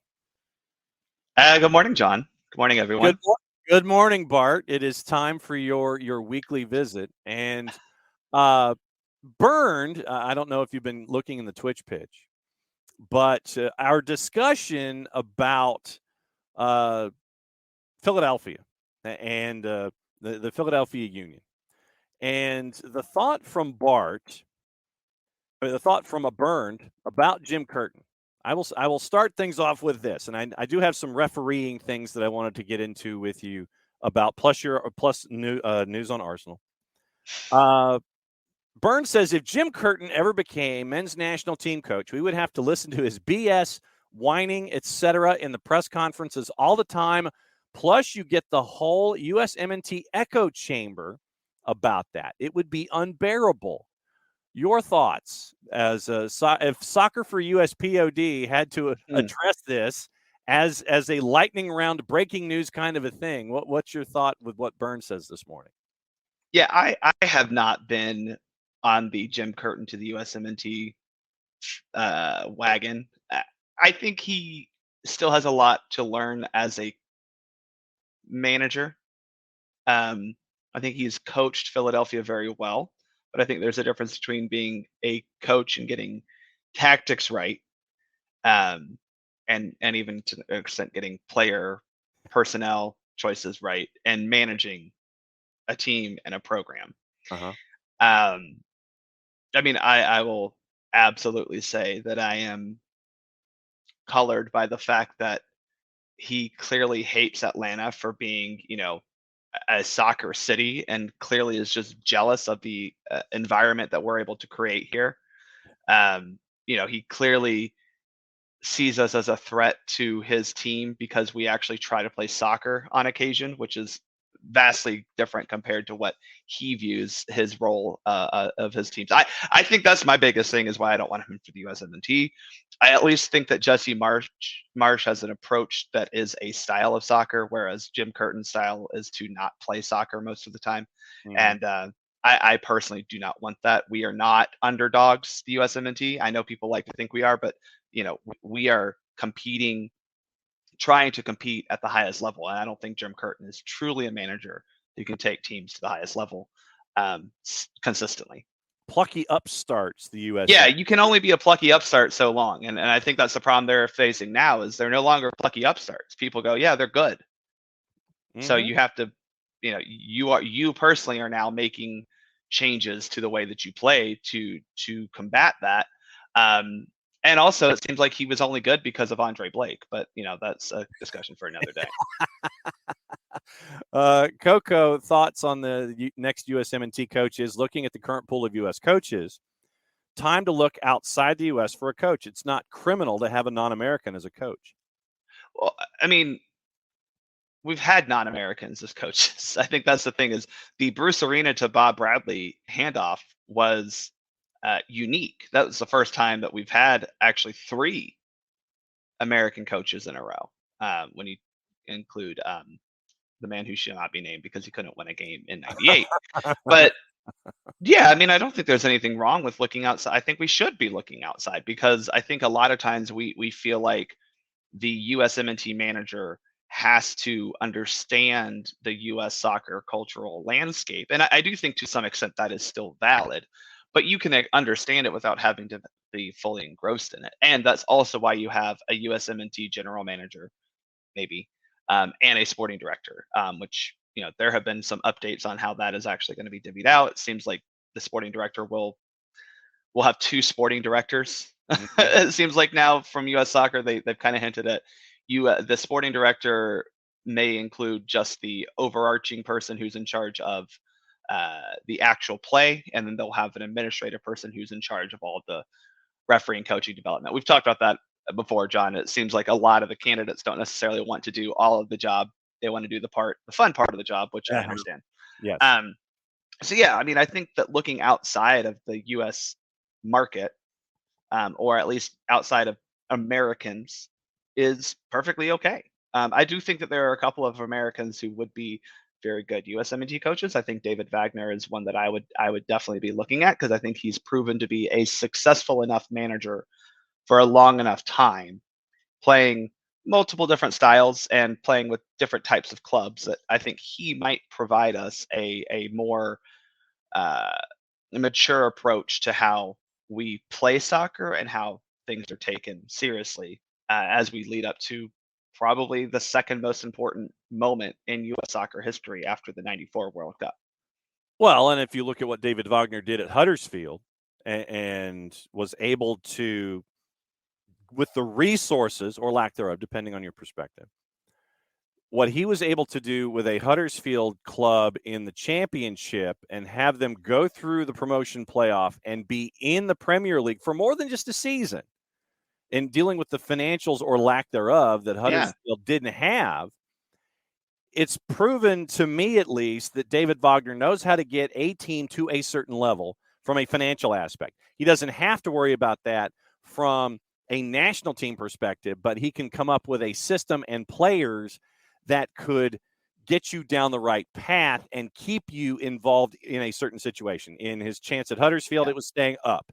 With the national team, it would be being competitive, chasing after a semifinal in 2026. So I see your point there about David Wagner. Yeah, I mean, that's the only one that I can really think of right now that I go, yeah, that guy.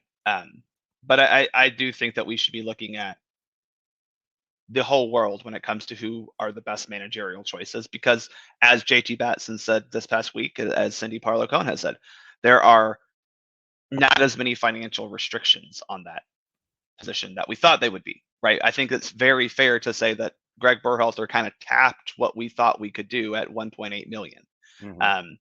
And they have said that despite, a nonprofit losing money, which, is a different type of nonprofits lose money. Let's just put it that way. Yes. They're not supposed to make a profit. And if they do, there's very strict limitations on that. So, you look at US soccer losing money. Well, that's the point. That's what they're supposed to do. So the financial restrictions I think we thought we were going to have, JT Batson and Cindy Parlow-Cohn said probably won't have. And that's great. I mean, I still think there will be a number that they won't go over. Right. But it does seem like they're willing to push the limits to make sure they get the best coach that they think they can get for a very pivotal cycle. This cycle as a whole may be more important than '94, but I think '94 as a moment was more important than what 2026 will be. No doubt. When you were, if you were Tim Ream and Christian Pulisic last week, you're obviously going to get asked about 3GB. Tim Ream, quote, when he was asked if he would like to see US Soccer rehire Greg Berhalter, quote, "I just think for us players, bringing him back is a familiarity. It's the togetherness that he brought to the team after it was very much kind of sporadic and fractured when he first came in. And it was a big transition with a lot of new guys coming into the program. I think he did a fantastic job in that aspect, and he laid a very good foundation for the team. Whether he comes back or not, for us as players, it's not something that we really worry about or are concerned about because it's not our job to hire for that position. If they bring him back, obviously we'll continue to work under him. If they don't, we'll continue to work under somebody else. And that's the nature of what we do as players. That's the nature of sports. Sometimes there's continuity. Sometimes there's change, and we'll roll with whatever happens. Christian Pulisic, for those who missed it, referred to Berhalter Reina as childish. And in his quote, in his interview, seemed to back a possible rehiring of Berhalter in his interview with Graham Hunter. What did you think about those two interviews? Well, I do think that sometimes I speak of this as someone who was a player, that the thought of a new coach is less enticing than keeping the guy you had. So I understand that. I think it's very clear. Excuse me. It's very clear that the players did enjoy playing under Greg Berhalter. I think something that we've kind of felt is that he has built a good culture within the team. I don't think that Berhalter has to be the person to continue that. I also don't think it would be a smart move to, after 3, 4, 5, 6 months, however long it's going to be, to put Greg Berhalter back in this position. That's just my personal opinion. Obviously, the players get their voice does matter, so I think that is important to consider. But I think what I'm hearing from them is they liked the way that Berhalter set up the team from the clubhouse to the pitch.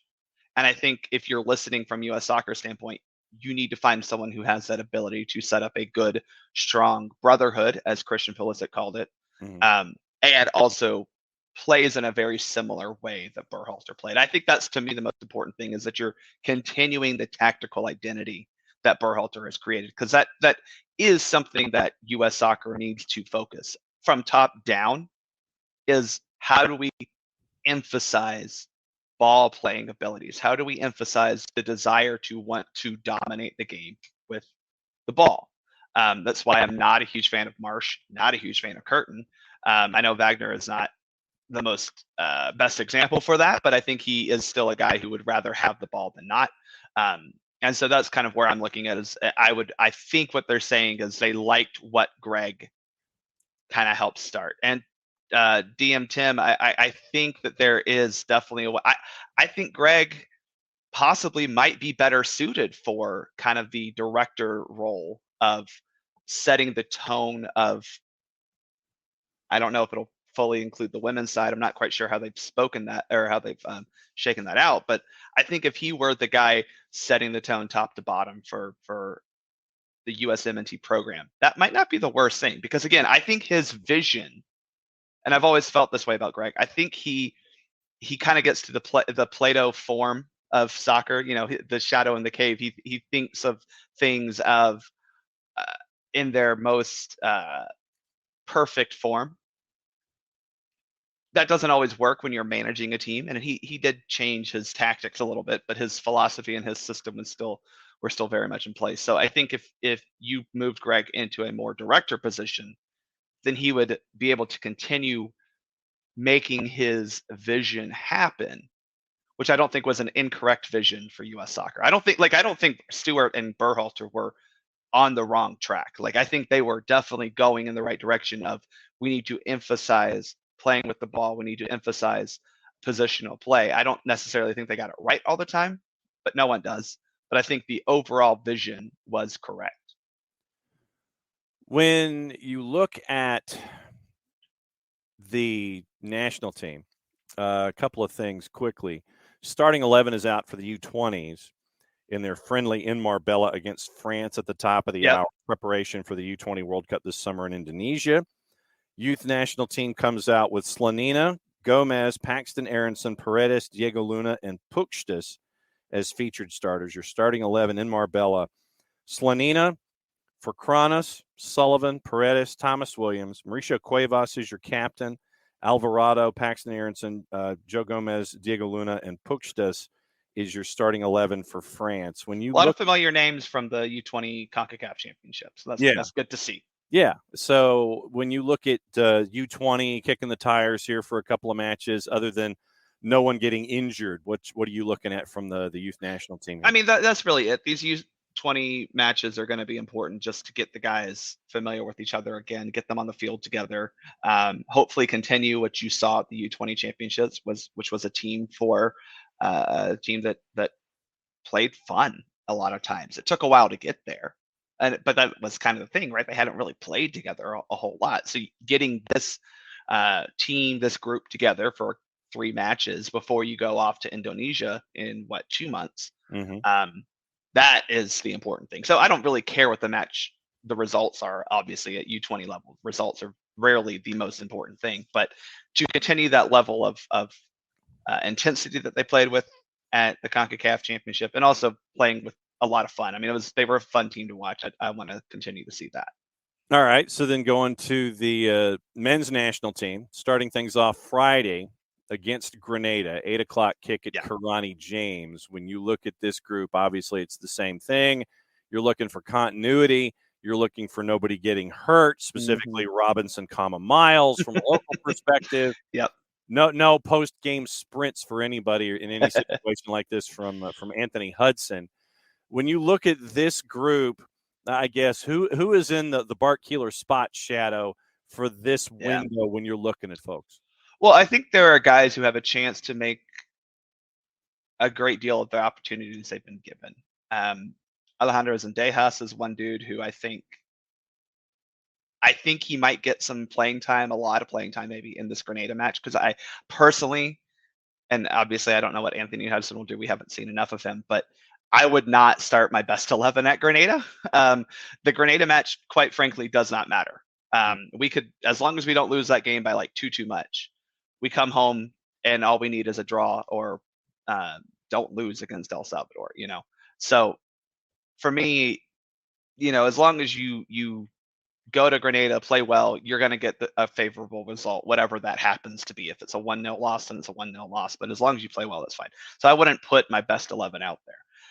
So I do think a guy like Zendejas has an opportunity to stake his claim, especially now that you see Tim Weah will not be playing. He had to come out because he got injured over the weekend with Lille. Right. It makes sense for Zendejas to play that right wing position. That's where he has played. He played there in the winter. So I think that's one dude who has an opportunity. I think the guy who replaced Weah technically on the roster, Mihailovic, has a possible opportunity. I have been wanting Mihailovic to be in this U.S. men's national team for a while. I think he is a very quality player. I think we've seen it as he played. Mihailovic is actually the perfect case study of I think there's an incorrect narrative about some USMNT Twitter people. I'm not saying that all of them, but the majority of them who say that European leagues are better or European players are better, and they don't immediately hate every MLS player, because all of us have also been wanting Mihailovic for even when he was in Chicago and Montreal. We want the best players possible, and Mihailovic has, had such good success in his career, and he's finally doing well in Netherlands. I'm glad he's here. But those are two guys who I think have an opportunity. I think specifically Zendejas has a big opportunity, and then the next one is who's playing striker, because you have two guys in DK and Pepe. Pepe more so than DK, who were a part of that hat of strikers that people were just pulling names out of that did not get called up to the World Cup. Right. So you have two guys. I don't know. I would assume DK will start in Grenada. I have no reason to believe that other than watching the games that I've seen from that field. I think we'll be kicking the ball in the air a lot. Let's just put it that way. So you need an aircraft carrier like Daryl DK. Yeah. I think, when you look at that field, it needs to be bulldozed, backhoed up, and I think DK is the heavy equipment you bring in for that project. There you go. Brought to you by the U.S. men's national team, presented by International Harvester. Yeah. Burned. Always thankful for Berhalter's approach to the game to play with the ball and how it also trickled down to the youth teams on the men's side. The women need a similar influence because their playing style is still stuck in the last century despite their talent advantage. Yeah, the women's team would benefit from Berhalter's vision. I truly believe that, because I think Berhalter's tactical approach, theoretical approach maybe, would apply well to this women's national team. You have the best talent in the world. 100%. I still think the U.S. as a pool is the most talented pool out there. Right. I still I remember Vlatko in NWSL not playing such a basic game, and that's why I'm confused why this U.S. women's national team plays so basic. Mm-hmm. But I do agree that I think if Berhalter could kind of exercise his vision across the U.S. women's national team, that might be good. And I think overall, like I said, the U.S. soccer style needs to evolve more toward the technical ability rather than just you have to keep the physical ability. That is something that does set us apart from literally every other nation in the world, is our physical and athletic abilities. But how do we also teach the technical side of things. Can you put your referee jersey on for a couple of questions? Sure. I got my red card, yellow cards ready to go. I think Mitrovic probably will get another red card in the near future, seeing how he and man. And that was the first thing that I wanted to talk to you about, was when it comes to contact with an official. When was the last time when you were officiating that you had somebody bow up to you to try to kind of bump you along and try to puff out their chest? Has that ever happened to you?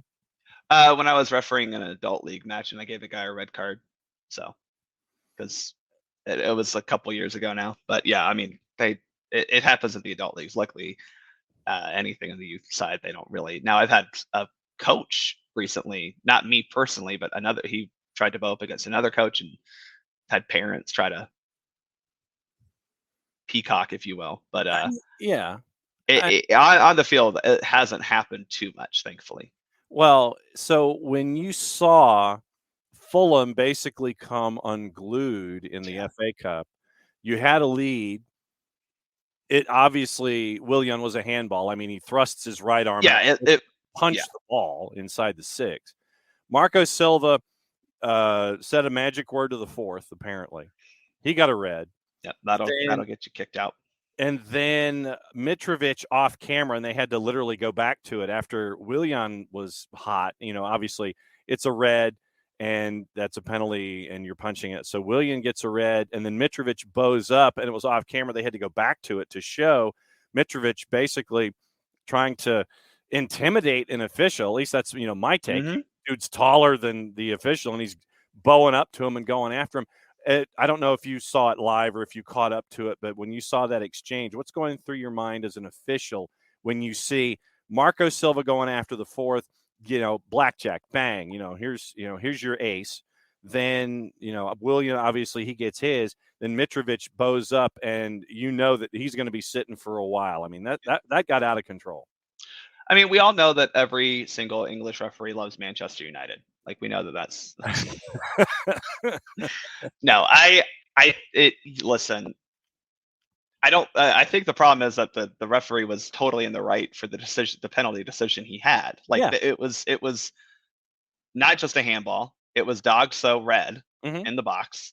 It's a penalty. Willian is out. Like, these were not controversial. Like, that's what I think I was so shocked at, is that this was not a controversial thing. So, there's always an expected sort of blowback when you give a penalty and a red card. Like, both of those as a whole,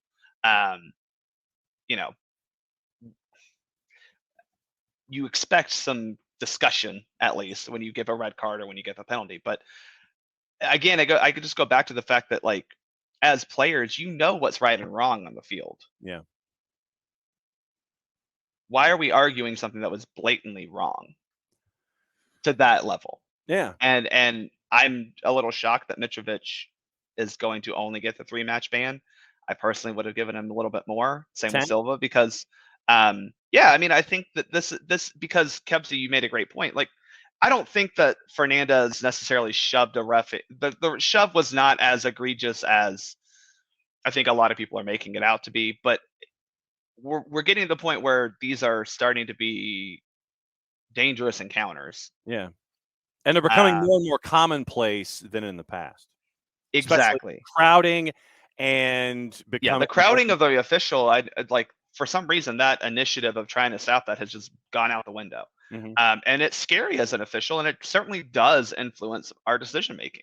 It does not allow us to think clearly because we're trying to manage the instance in front of us. It's something that I always try to explain to kids who, if there's a harsh foul on one of their teammates and then, they all rush at me, and I'm like, I can't deal with the player who just committed the foul when you all run at me.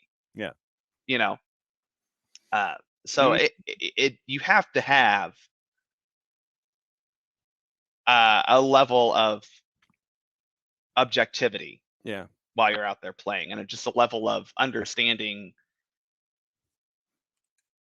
the game as a whole. Professionalism and decorum are the words that stick in my head. Right. And I'm waiting for something more than 3, but I haven't seen anything final come down the pike yet. Yeah, and Alex is the Newcastle fan. Tired of Arsenal and Man U whining about Some of us aren't owned by nation states. That's all I'm saying. There you go.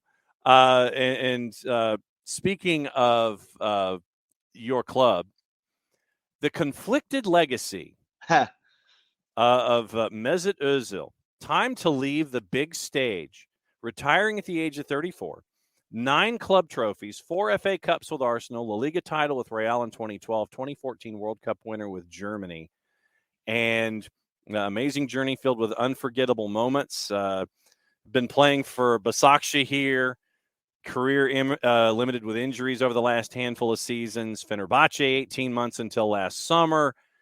Mesut Özil, I mean, you want to talk about someone who gives you the extremes of opinions depending on who you're talking about. When you think of Mesut Özil as a fan of Arsenal, what comes to mind?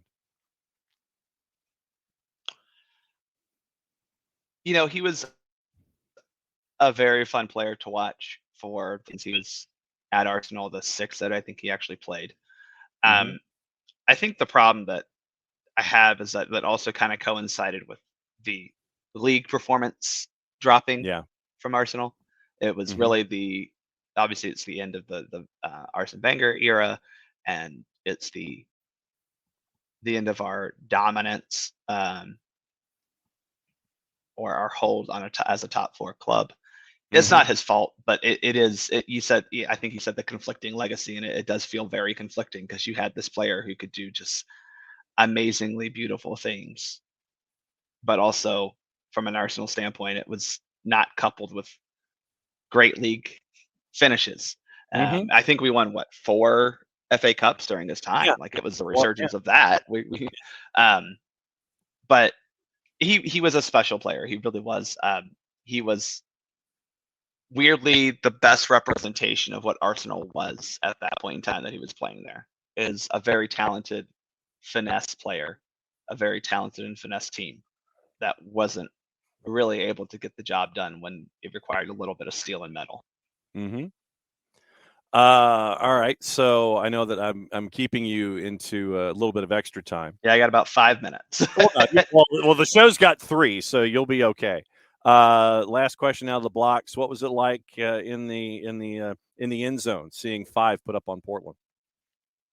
Oh man, that was a fun game. That was such a fun match. It felt like the old Atlanta United. Just every time we got any sort of run out, it felt like we were going to score. You know, I still think the best goal we scored was that 3rd goal from that Giakoumakis headed home. I think I laughed no fewer than 3 times during that entire sequence. I'm literally laughing. My boyfriend's like, "Oh my gosh," and I'm like laughing. He's excited. I'm like, "This is insane that we're able to do this." Switch. Yeah. Switch. The Almada escape from pressure after, just very coolly, he and Lennon and a couple other guys just kind of pass. Almada does a quick little turn, sees Arujo, the long switch. And then Arujo is like, "Okay, well, we'll do it again." And then the just wonderful layoff for Wiley and a fantastic cross from Wiley. That's the type of cross that as a team, oh God, I'm sorry. I'm gonna open this can of worms on you, John. But it's the type of cross that I know everyone's been wanting to see because we were so used to that type of cross from the Gressel to Joseph thing. The problem is we haven't had a striker making runs like that and also then capable of finishing that. So it is weird how when you get a striker who seems to be A, fully healthy, B, fully fit, and C, fully committed to scoring. And coming back to play defense. And seems to be committed on the team doing better rather than himself. It does seem like that. That was a perfect... That's a personification of it, I think. Yeah, and it really was. I think we've seen such amazing individual efforts over the past 3 weeks now. Before that, and even during that game, Almada's great efforts, Wiley, fantastic. Even Arujo making he has scored, so there's that. But still amazing individual play. But it was nice to again see a true team goal that I really don't think we've seen since. I'm trying to think, and I might be wrong, but I think it was and even then it was a lot of individual stuff. But the game winner against Charlotte, I think last year, was a good team-esque goal because it required like multiple passes. But I still think it was good individual moments, not a good team moment. And that to me was the most promising, because if we're getting team buildup like that, on top of the just known ability for Almada, for Araujo, I mean, even a guy like Lennon and Wiley on the wings who are able to beat players 1v1. Andrew Gutman, But the then you had Gutman, who is just kind of hanging back, and then all of a sudden he pops up out of nowhere. Like those things combined with the actual ability to play team soccer that's what wins you championships. That is true. And that to me, that third goal was the most promising thing to me, because I looked over the second goal, the Almada free kick. I looked over at my boyfriend. I said, I think he's gonna set. Looks like they're setting up the wall. We're setting up and I'm like, I think he's gonna try to knock this back post to either Parada or Giakoumakis, and we're gonna head it across. And he takes a shot and it goes in, and I'm like, oh my God. Like no one had words. It was just screaming. Laughter. Right there with you, brother.